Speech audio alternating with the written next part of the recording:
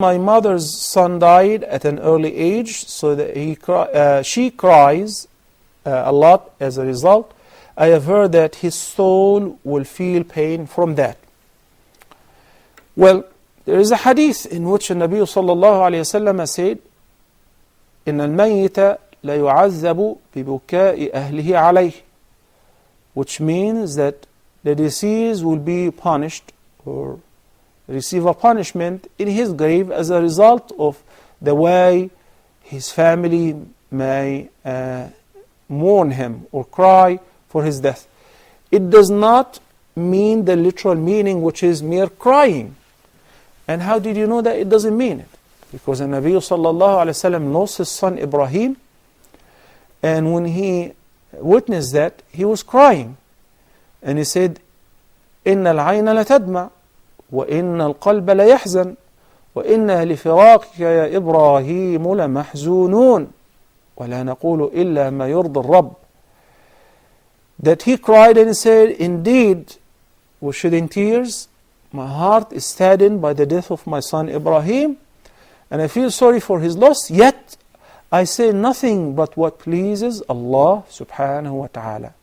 So the permissible mourning is, you can cry, no problem, and weeping and crying is okay, but yelling, beating one's cheeks, tearing one's clothes, making statements which express an objection to Allah's decree is an act of disbelief. And that's why when Nabi sallallahu alayhi wa sallam once visited the graveyard and saw a woman who was crying there, and she was making some awful remarks objecting to the death of her beloved son, and Nabi sallallahu alayhi wa sallam tried to advise her kindly and said, Ya amat Allah, fear Allah and be patient. Taqillaha wasbiri.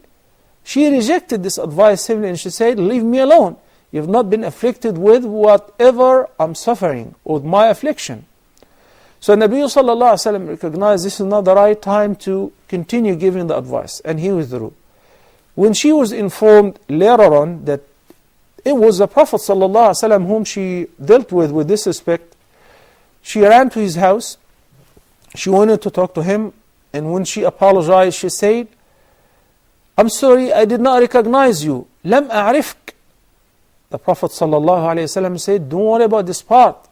إِنَّمَا الصَّبْرُ عِنْدَ الصَّدْمَةِ الْأُولَى.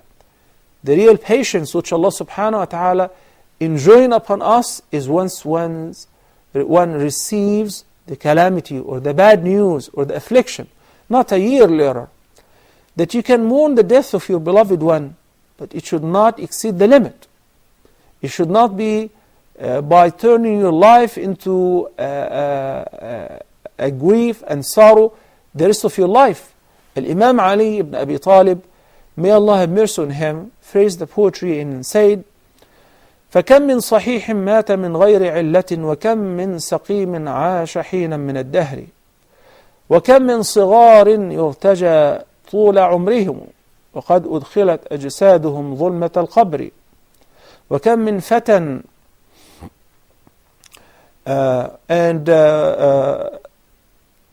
وكم من فتى أمسى وأصبح ضاحكا وقد نسجت أكفانه وهو لا يدري. By that he is referring to the fact that death does not recognize age, nor gender, nor position. He can take a child, a young child whose parents are planning for his future, for his bright future, while in fact that his coffins have been prepared because it is ordained in Allah's destiny that he will die at this age.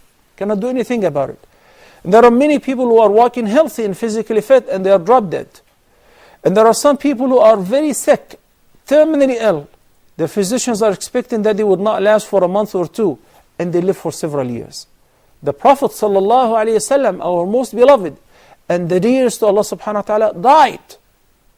And he said that my death should be the greatest condolence to any of you for their calamities. If you feel sorry and grieve for the death of your son, your husband, your wife, or any of your beloved ones, guess what? Our most beloved Prophet Muhammad sallallahu alaihi wasallam is already buried. He died, and we covered his body with dust and dirt because he's a human being. So that should be an enough entertainment to any of us, that all of us will die. We should mourn the death of any of our beloved ones reasonably. And as the Prophet ﷺ said, not for more than 3 days. Unlike what some people keep renewing the grief and sorrow every 40 days, and then every 6 months, then they celebrate or commemorate that once a year and so on.